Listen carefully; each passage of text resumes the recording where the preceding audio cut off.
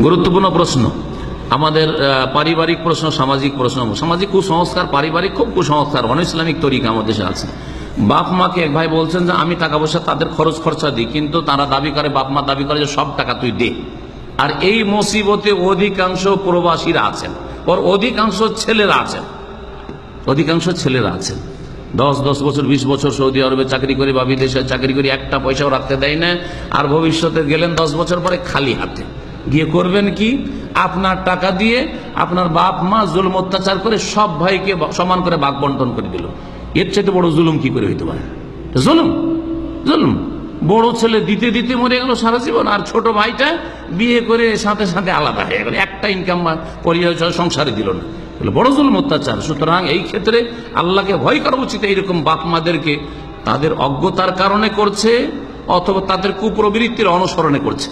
হয় জানে তারপরে মানবে না, কুপ্রবৃত্তির অনুসরণ, মাসলা জানে, অথবা মাসলা জানে না, অজ্ঞতার কারণে এইরকম ছেলেদের উপর জুলুম অত্যাচার। মেয়েদের উপর পারে না, মানে মেয়েদেরকে তো উল্টা যৌতুক দিয়ে বিদায় করতে হয়, আর তারপরে যখন তখন দান দক্ষিণে দিতে হয়। আর মেয়েরা যদি চাকরিও করে, তারপরে ওর চাকরির টাকা ওই স্বামীর ঘরে যায়।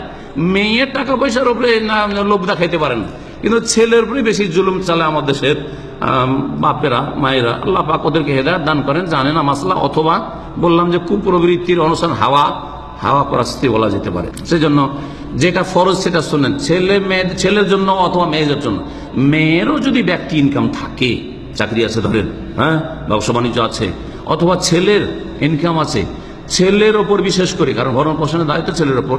ছেলে আর বাপ মার কাছে নিজের ব্যক্তি মালিকানায় এত সম্পদ নেই যে সংসার চলবে। সুতরাং এইরকম বার্ধক্যে যদি বাপ মা পৌঁছে, বাপ মায়ের খরচ খরচা যাবতীয় প্রয়োজনে খরচ করে, খাওয়া দাওয়া, চিকিৎসা, বাসস্থান, পোশাক, এইসব দেওয়া ফরজ, এতটুকু ফরজ। কিন্তু বাপ মায়েরই যদি যথেষ্ট থাকে তাহলে তখন আর ফরজ থাকে না। মাঝে মধ্যে কিছু দিলেন খুশি করার জন্য, রাজি করার জন্য, এতটাই যথেষ্ট, এর বেশি কিছু ফরজ নয়। আর বাকি সব টাকায় বাপ মা নিয়ে নেবেন, নিলে আমানত। আপনার টাকা দিয়ে বাপ মা যতটা তার খরচ হলো করলো, আর বাকি টাকাটা আপনার নামে জমি জায়গা সম্পদ করে রাখবে অথবা জমা রাখবে। কিন্তু আপনার টাকা আমার টাকা নিয়ে ভাইদেরকে দেবে, বলবে যে ঠিক আছে আমার নামে প্রপার্টি হইলো, তোর মায়ের নামে হইলো, আর তোরা 5 ভাই মিলে ভাগ পাবি। এটা হারাম কাজ। তাহলে ওদের কাছ থেকে, আমার কাছ থেকে 10 বছর ইনকাম নিলে ওই বাকি ভাইগুলোর কাছে 10 বছর ইনকাম নিতে হবে। এটা নিশ্চয়তা কেউ দিতে পারবে? আমিও পারবো না। পারবেন? যে আমি আমার বড় ছেলের কাছে 10 বছরের ইনকাম নিয়েছি, সেজন্য মেজো ছেলের কাছ থেকে, ছোট ছেলের কাছ থেকে 10 বছর ইনকাম নেব, তারপর জুদা হইতে দেবো, পৃথক হইতে দেবো। পারবেন? কেউ পারবেন না, এটা কেউ পারবেন না।